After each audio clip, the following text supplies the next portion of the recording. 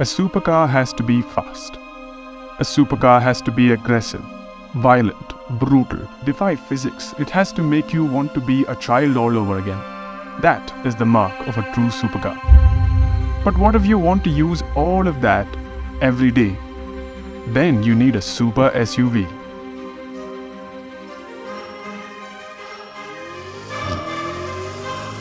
After the Urus, before they go into the full hybrid era, now we have the most manic version of the twin-turbo petrol V8. This is the Lamborghini Urus Performante.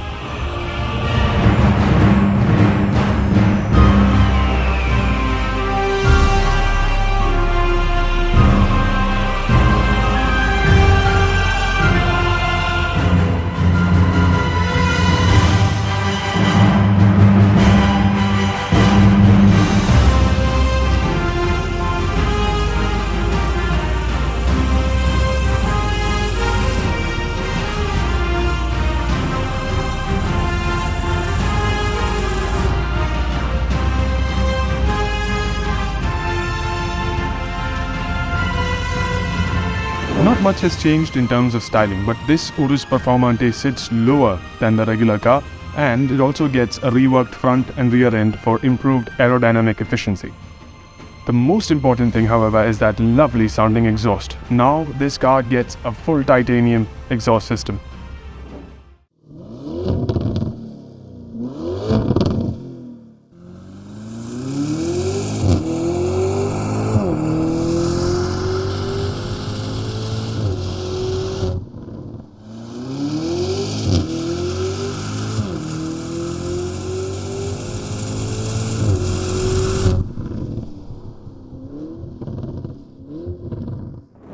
The Performante is normally delivered with 22-inch wheels, but this one gets the large 23-inch ones. Before we talk about the driving experience of the Performante, let me give you some numbers.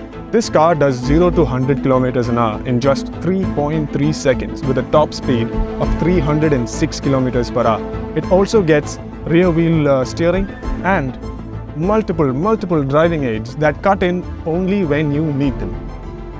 In the driver's seat of the Urus Performante, you feel special because everything has been angled towards the driver and you get the feeling of sitting in a jet fighter aircraft. And the experience is nothing short of it either. But the highlight of the Urus has always been that it has a very usable second row, and that continues to be the case in the Performante as well. The 4-liter twin-turbo V8 is at its most powerful yet. In the Performante, it makes a devilish 666 horsepower, while the torque remains unchanged at 850 Nm.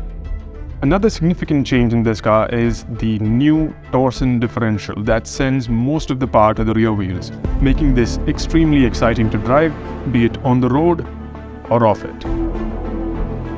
One of the biggest contributors to weight loss is that Lamborghini have decided to replace the air suspension unit with steel coil springs. Now the suspension itself is mechanical, but it is electronically adjustable. So when you go through the driving modes, Corsa, Rally, Strada and Sport, the suspension behaves a little differently, as does the steering.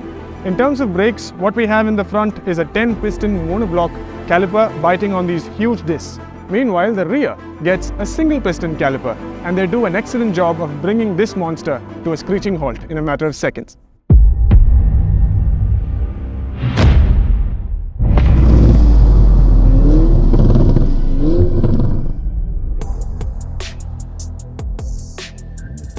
Now let me quickly run you through the driving modes. We have Strada, which is best to start out and get accustomed to the car.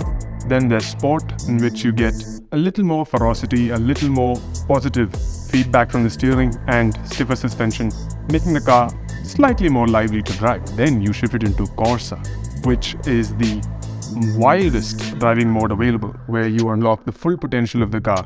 Steering, suspension, engine, all of that, along with an absolutely ballistic soundtrack. Finally, the latest addition in the Urus Performante is the Rally mode, and that is tuned to make this car slide and give you a lot of fun on dirt tracks. The price tag for this one is rupees 4.22 crore, and for that price, I think it is fully worth it. It's an experience that nothing else in the Indian market can replace for you right now. Did you like what you saw? Do you have anything more to tell us about the Performante? Leave it in the comments and we will get back to you as soon as possible. This is Joshua Verghese signing off for Car India.